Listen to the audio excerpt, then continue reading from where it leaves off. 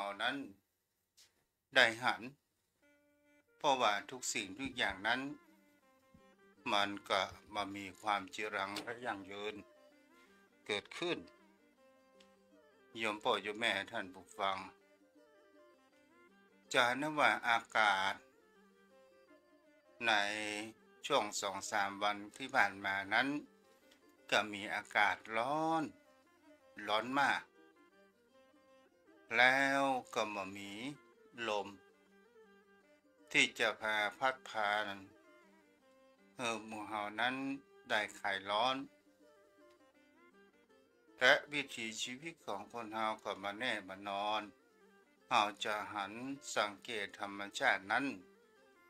ว่าเมื่อมีอากาศร้อนมากมันก็ต้องมีความเปลี่ยนแปลงแห่งสภาพอากาศของคนเฮานั้นไปได้นั้นก็คือเมื่อตะคืนนี้ก็มีพายุลมฝนมาแล้วมาแรงมีทั้งฝนและลมแต่บางครั้งสิ่งใดๆมากๆเกิดขึ้น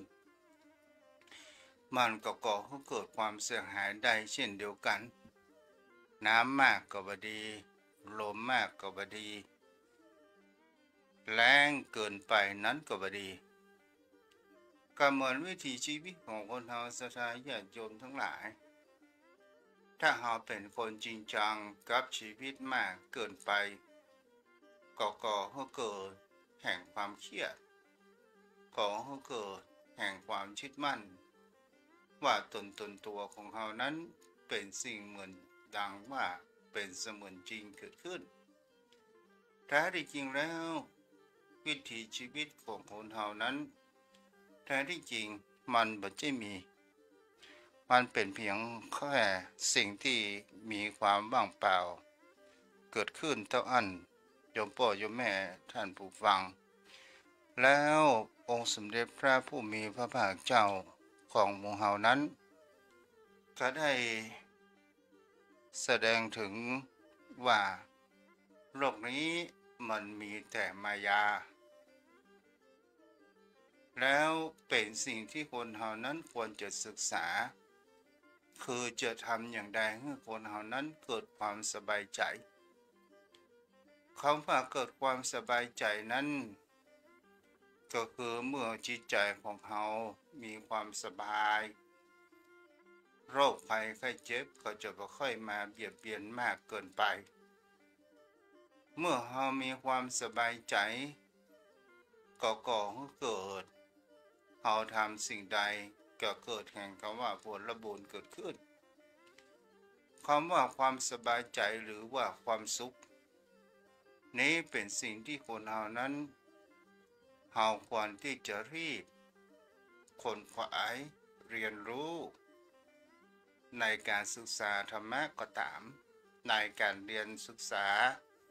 แห่งวิถีชีวิตอันเป็นประสบการณ์ก็ตามเพราะว่าบางครั้งบางคราวเป็นสิ่งที่ผู้คนเฮานั้นหันได้ว่าคนเฮาต้องการที่สุดนั้นก็คือความสบายความสบายกว่าจะได้มามันก็ต้องมีความทุกข์ยากลำบากที่เขาเรียกว่าความทุกข์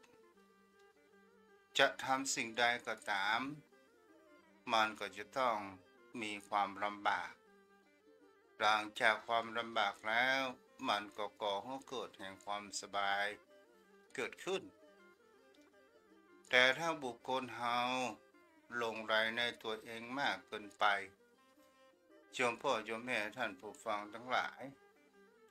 มันก็ก่อให้เกิดแห่งความยึดมั่นถือมั่น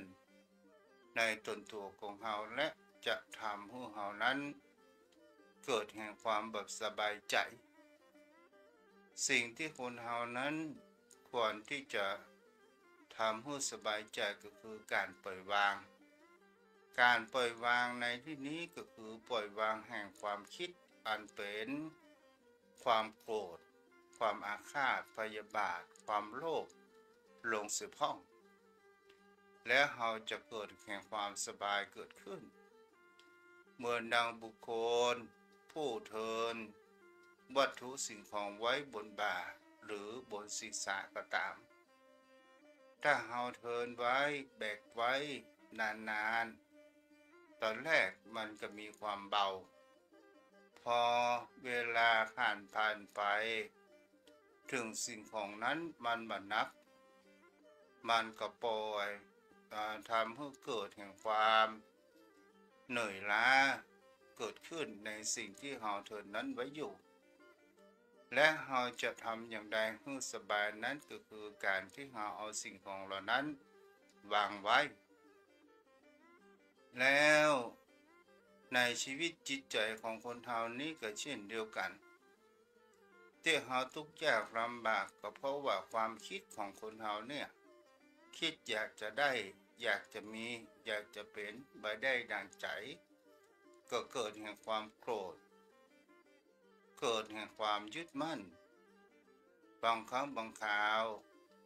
โดยการที่เราไปหลงไหลในตัวของเราเองว่าเขาด่าเราว่าเราต่างๆนานาแม่นถ้าบุคคลที่ไม่ได้ศึกษาธรรมะมันก็ก่อให้เกิดแห่งความขาดความยับยั้งแห่งจิตใจและก็ก่อให้เกิดความหลงว่าตนตัวของเรานั้นมีจริงแท้ที่จริงแล้วตนตัวของคนเรานั้นมันไม่มีจริงที่เราหันรูปร่างนี้มันก็เพียงแค่ดินน้ำลมไฟส่วนแห่งความคิดนั้นก็คือเป็นสิ่งที่เราจะอ่านได้ว่าจะเป็นความรู้ความปรุงแต่งความรู้สึกและความจดจำที่เราเรียกว่าขันธ์ห้าอันนี้ก็คือเป็นกระบวนการนี้เองและอย่างตามปางเราทุกเรานั้นก็คือกระบวนการตัวที่สามนั้นก็คือคำว่าสังขารมันคอยปรุงแต่งเมื่อเราจะมีความโกรธก็ตามจะมีความโลภก็ตามจะมีความหลงก็ตามตัวนี้แหละเป็นตัวปรุงแต่งแห่งความคิดต่างๆนานาของผู้คนเราส่วนใหญ่คนเรานั้นจะปรุงแต่งไปตามอำนาจแห่งกิเลสเสียมากกว่าที่เราจะปรุงแต่งไปทางด้านที่การยอมและปฏิเสธและศึกษาในทางด้านที่ดีและถูกต้องโยมพ่อโยมแม่เราก็รู้สังเกตถ้าว่าเปิดปลาไปพอดูละครดูลิเกดูการละเล่นจิตใจของคนเรานี้จะมามีคำว่าปฏิเสธถ้าเราหนุ่มอยู่ถ้าเราแก่ก็ไปเรื่องนึงแต่ถ้าว่าไปทางด้านประพฤติปฏิบัติธรรม3 วัน 7 วันจิตใจของคนเรานั้นจะเกิดแห่งความปฏิเสธมันจะมีคำว่ามักอ้างว่าฮ้อนมักอ้างว่ามามีภัยดูแลสุนัขสัตว์เลี้ยงมามีภัยดูแลลูกและเป็นห่วงบ้านอย่างนี้เป็นต้นนี่แหละโยมพ่อโยมแม่เป็นสิ่งที่คนเรานั้นสามารถที่เราจะศึกษาได้วันนี้ก็ขออนุโมทนากับแม่ปรณียนดวงเนตรเด้อที่ได้มาทำบุญในวันนี้ที่ได้อุปถัมภ์อุปถาอย่างลูกตุ๊ตลอดจนถึงเป็นค่าน้ำค่าไฟในการที่ยังสถานีวิทยุที่ลูกตุ๊ได้ใช้ก็คือมีทั้งค่าไฟฟ้าค่าแอร์ค่าโทรศัพท์ต่างๆนานาเกิดขึ้นจมพ่อจมแม่วันนี้ก็จะมาอู้ในเกี่ยวแห่งคำว่าทิฏฐิของคนเฮานี้ เป็นสิ่งที่เราจะหันได้ว่าสิ่งไหนถ้าบุคคลเรานี่เนี่ยถ้ามีทิฏฐินี่คือความที่มีความเห็นปันภาษาพระเขาเรียกว่ามิจฉาทิฏฐิหรือเราจะอู้กันไปแหมย่างก็คือความมีอัตตาความมีอัตตาครั้งในพระพุทธกาลนั้นสถานญาติโยมทั้งหลายเราจะเห็นได้ว่าศาสนาดั้งเดิมของในชมพูทวีปในสมัยนั้น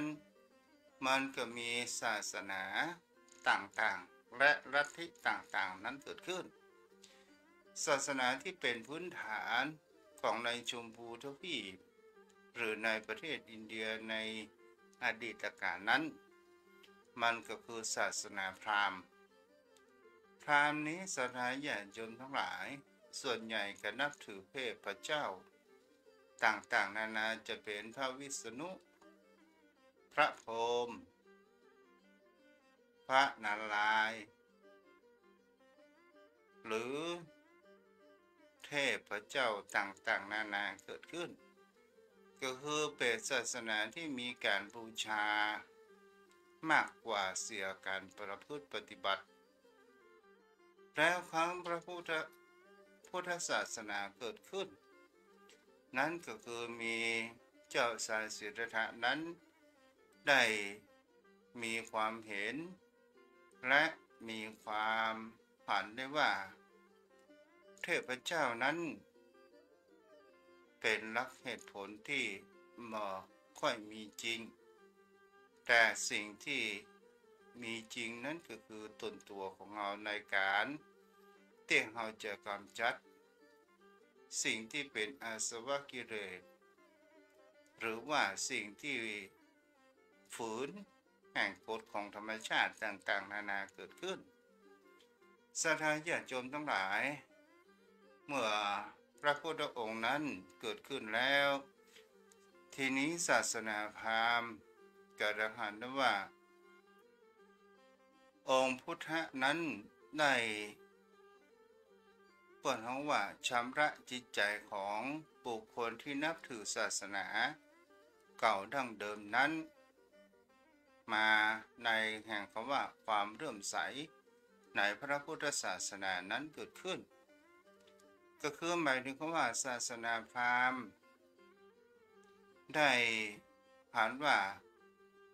คนชนชั้นวรรณะในศาสนาพราหมณ์ส่วนที่เป็นกษัตริย์แพทย์สูตรส่วนใหญ่นั้นก็ได้เข้าไปเริ่อมใสในการชำระจิตใจทางพระพุทธศาสนานั้นเกิดขึ้นทีนี้ก็ก่อให้เกิดทางเจ้าศาสนาก็คือเปิดห้องว่าจะมีไผ่พ้องที่จะไปโต้วาทีกับพระพุทธโคดมหรือว่าพุทธเจ้าของเขานี่เองศาสนาอย่างพราหมณ์ทั้งหลายนั้นก็ได้ศึกษาไปต่างๆนานาว่าบุคคลผู้เป็นบัณฑิตอันจบในแห่งคัมภีร์พระเวทก็หมายถึงถ้าว่าบ้านเฮาก็เหมือนบุคคลที่จบถ้าทางโลกก็เป็นด็อกเตอร์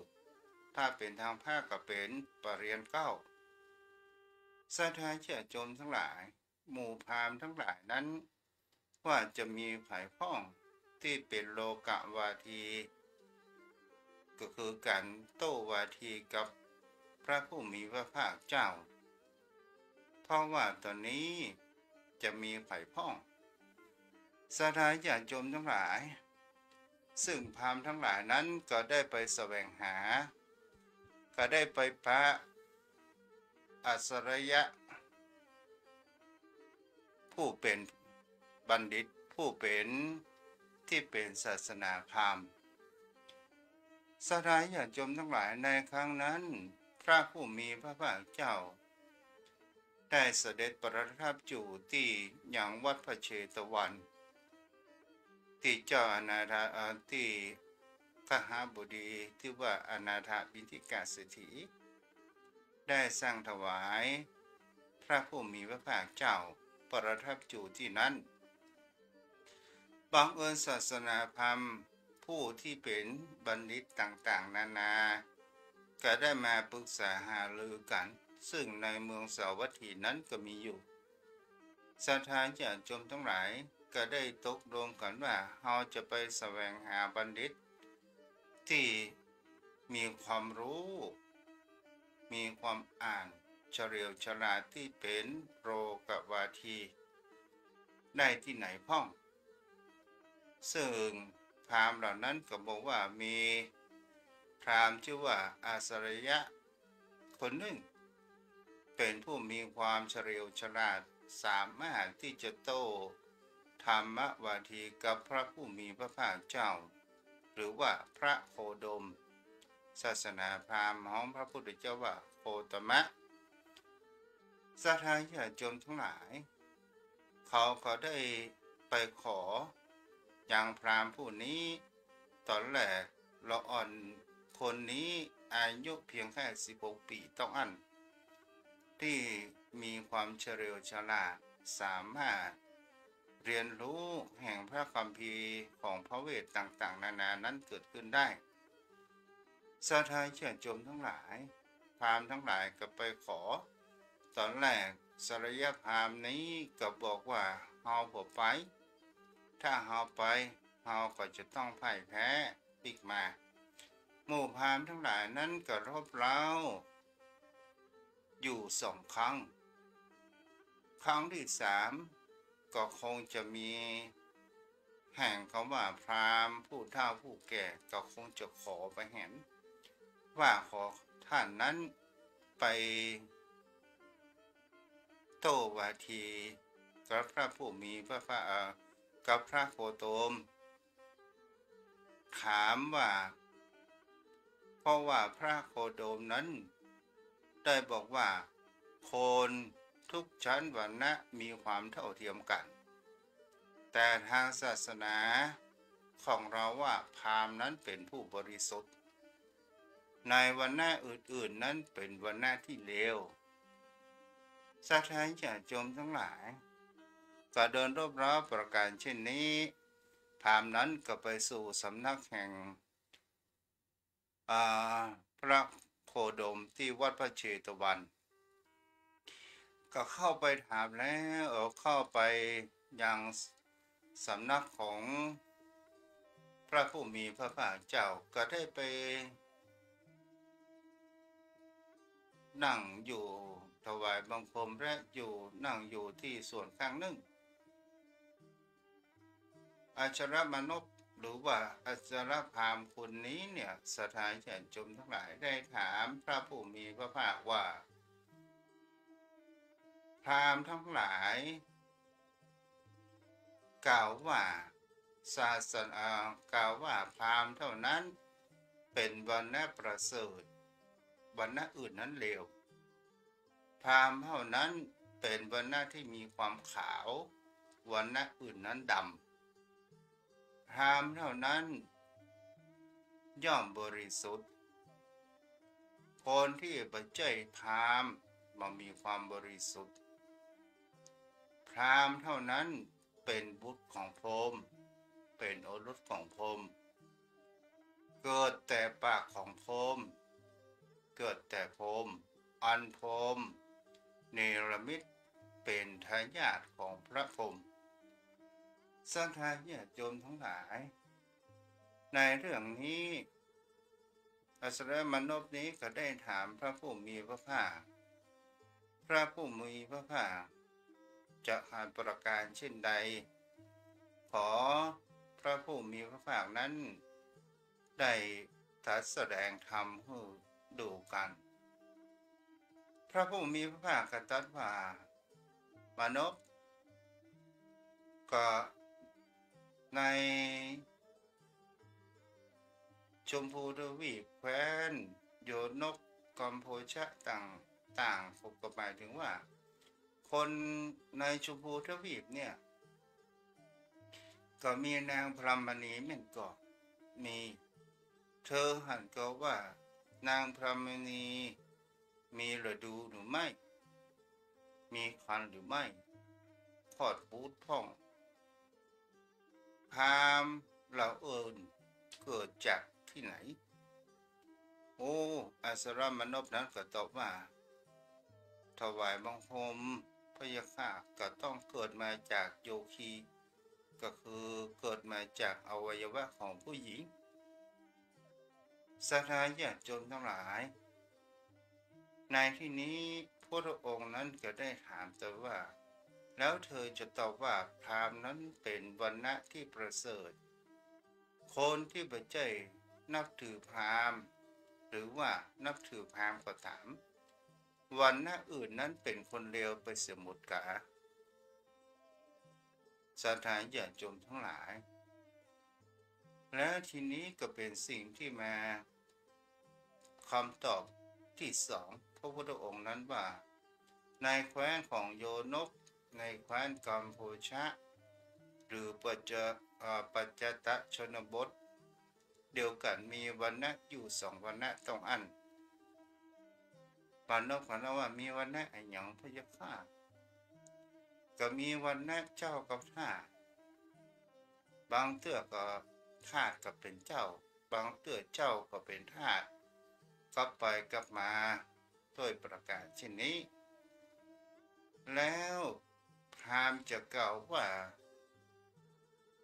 เป็นผู้ประเสริฐเป็นทายาทเป็นบุตรของพระพรหมจริงหรือสนายญาติโยมทั้งหลายอัสรมนพนั้นก็ได้นั่งนิ่งเงียบไปต่อมาสนายญาติโยมทั้งหลายคำตอบตัวที่สามคำว่าตอนที่ได้ถามว่าพราหมณ์เท่านั้นเป็นผู้บริสุทธิ์คนที่ไม่ใช่พราหมณ์เป็นคนเลวเป็นคนบริสุทธิ์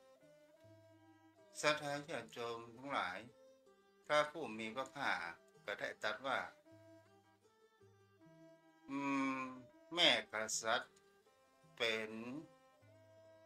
ผู้มีแม้กษัตริย์เป็นผู้มีปกติฆ่าสัตว์มีความเห็นผิดเมื่อตายไปแล้วพึงถึงข้องอบายทุกขติวินิบาตนรกแม้พราหมณ์แพทย์สูตรแม้วรรณะสี่ผู้มีปกติฆ่าสัตว์มีความเห็นผิดเมื่อตายไปแล้วพึงเข้าถึงอบายทุกขติวินิบาตนรกทั้งหมดกล่าวว่าพราหมณ์วรรณะพราหมณ์เท่านั้นกะที่ประเสริฐ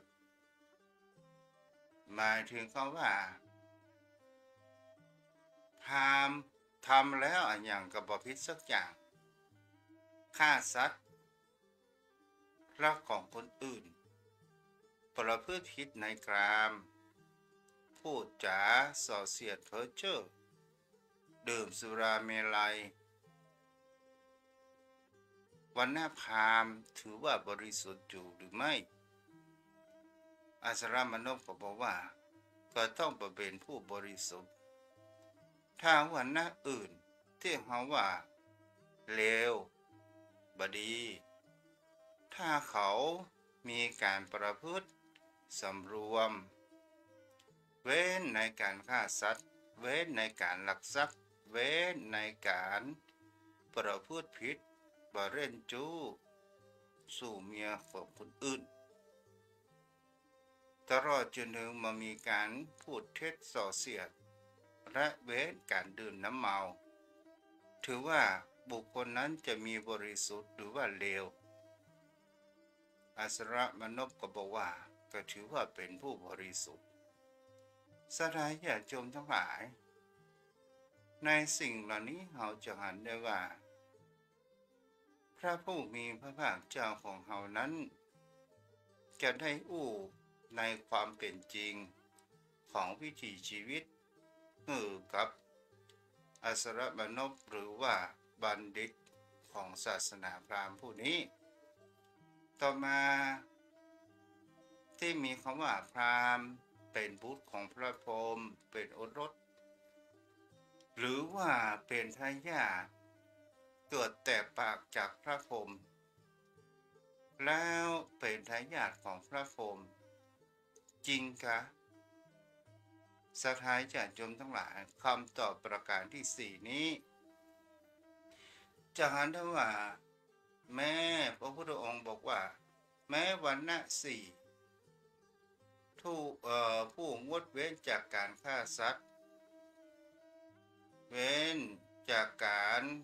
ที่ว่าลักขโมยต่างๆนานาจะย่อมเข้าถึงสุคติหรือนรกกันแน่อัสรมณกว่าต้องถึงสู่แห่งว่าสุคติโลกสวรรค์ถ้าว่าพราหมณ์ผู้ที่มีความประพฤติเร็วย่อมเข้าไปสู่ถึงไหนก็ต้องไปสู่ถึงนรกแล้วจะบอกว่าเป็นทายาทของพระพรหมพระพรหมยังบ่ช่วยเล่านี่ศรัทธาญาติโยมทั้งหลายเป็นสิ่งที่เราพระองค์นั้นได้พูดตามความเป็นจริงเกิดขึ้นแม้กษัตริย์ก็สามารถที่หรือว่าวรรณะอื่นๆยกเว้นวรรณพราหมณ์ก็สามารถที่จะเจริญเมตตาจิตและไม่มีเวรหรือหรือวรรณะทั้งสี่ก็ตามถ้าเป็นบุคคลที่มีแห่งคำว่าเจริญเมตตาจิตจะนับถือจะเป็นคนชั้นวรรณะใดก็ตามก็ถือว่าเป็นผู้ประเสริฐทั้งนั้นแต่ถ้าว่าบุคคลใดที่มีความประพฤติชั่วไม่มีศีลก็ถือว่าเป็นบุคคลที่มีความประพฤติเลวก็ย่อมไปสู่แห่งทุกขตินี่เองนี่ก็เป็นสิ่งที่เราจะเห็นได้ว่าคำถามและคำตอบที่สรยมนุษย์นั้นได้ถามแล้วพุทธองค์ก็ได้ตอบอย่างเป็นความเป็นจริงแล้ววรรณพราหมณ์จะถือว่าเกิดมาจากปากของพระพรหมได้อย่างใดก็อยู่มาประการเช่นนี้อสรมนุษย์นั้นก็ได้นั่งนิ่งเงียบไปสถาญาติโยมในที่นี้เป็นสิ่งที่บุคคลเหล่านั้นจะเห็นได้ว่าพระพุทธองค์ของเรานี้เป็นผู้ที่ว่าได้อุรักแห่งความเป็นจริงบ่ได้ยกในเรื่องเทพเจ้าต่างๆนานาเกิดขึ้นไปตามความเป็นเหตุและเป็นผลเกิดขึ้นโยมพ่อโยมแม่ท่านผู้ฟังทั้งหลายวันนี้มาในเรื่องแห่งคำว่ามิรินทปัญหานั้นพระเจ้ามิรินได้ถามพระนาคเษนว่าธรรมที่จะกำจัดธรรมทั้งมวลเนี่ยย่อๆเด้อเจ้าพ่อเจ้าแม่พระเจ้ามิรินว่าธรรมทั้งหลายที่จำแนกที่จะไปสู่แห่งจุดเดียวก็คือพระนิพพานนั้นจริงหรือไม่พระนาคเษนนั้นก็ได้ตอบว่าจริงพระยาเบรินก็ได้ทูลถามว่าขอพระคุณเจ้าได้อุปมาแห่งพระนาคเษนนั้นก็ได้อุปมาว่าเหมือนดังเวลาที่กษัตริย์นั้นจะออกรบมันจะมีกองพลม้าทหารบกทหารเรือทหารที่มียุทธาภกรทหารจ้างม้าอย่างมุนีสถานญาติโยมทั้งหลายเมื่อไปจะกำจัดศัตรูก็ย่อมมีความชนะศัตรูได้ก็เป็นการกำจัดกิเลสของคนเฮาก็มีทำหลายอย่างที่สามารถที่จะกำจัดกิเลสของคนเฮานั้นได้จะเป็นคำว่าสติเป็นประการแรกสติสัพพัญญะสตินี้ก็คือความ ระลึกรู้รู้ตัวแล้วสัพพัญญะก็คือความรู้ตัวว่าตอนนี้เราทำอะไรอยู่ตอนนี้เรากำลังทำอะไรอย่างสติและสัพพัญญะนี้พระพุทธองค์นั้นก็บอกว่าเหมือนเบรกหรือว่าเหมือนที่ตัวยับยั้งเมื่อเราถลำลึกไปสู่อำนาจแห่งกิเลสตัณหาธรรมต่อมาก็คือที่เราจะอ่านได้ว่าหิริโอตปปะนี่ก็เป็นตัวที่จะทำให้กำจัดกิเลสของคนเรานั้นได้ถ้าเราอู้สรุปไปย่อๆก็คือก็ว่าศีลสมาธิและปัญญานี่โยมพ่อโยมแม่นั้นก็ได้รับฟังกันต่อไปนี้เวลาบาลีมันผ่านไปไม่เคยรอใครวันนี้ผู้ติดตามทางเฟซบุ๊กฟังและรับชมมีแม่จันเปงสาธุฟังอยู่เด้อแม่กูกัญญาแม่นวลสิริหินเขียวแม่ประภัยพึกษ์มูลเจริญคุณยมสมศรีน้อยปัญญาน้าน้องคนเดิมขอบคุณเด้อที่รับฟังกันวันนี้มามีเรื่องเราเป็นธรรมะบันเทิงมากนักเนาะแล้วก็มีตองโทรศัพท์มีแม่หอมป่าซางแม่หน่อยในเมือง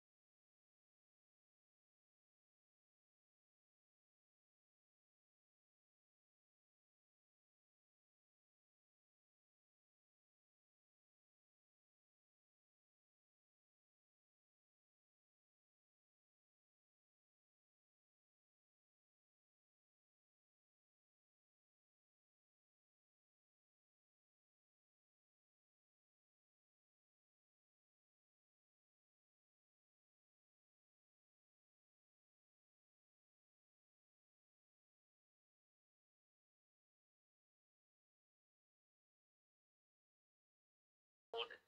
คุณบ่สามารถที่จะ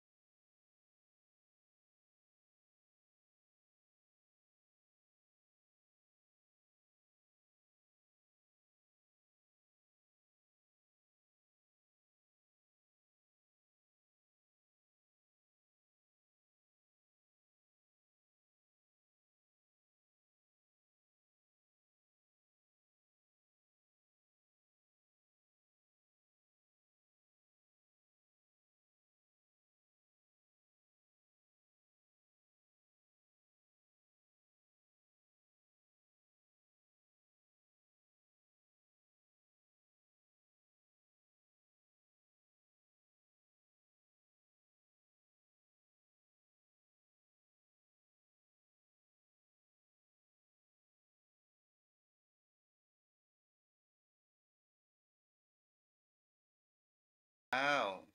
ค่ะฝนตกพระเจ้าละพุ่นถึงฝนถึงลมแม่โอ้ยังเดียวกันเฮ้ยอืมที่จะเติมฝนเติมลมเหมือนกันแต่แม่ของมันเป็นดอยบังเนาะจ้าดีแกค่ะ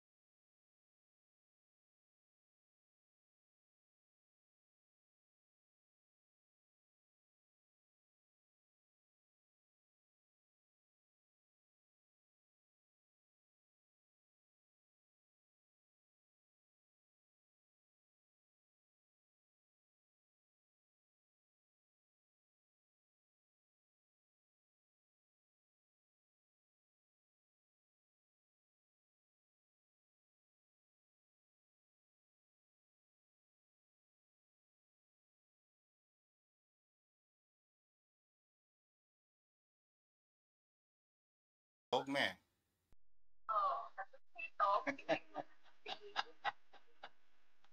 ประเด็นมันตกจ้าดีกันดีแกแม่จ้า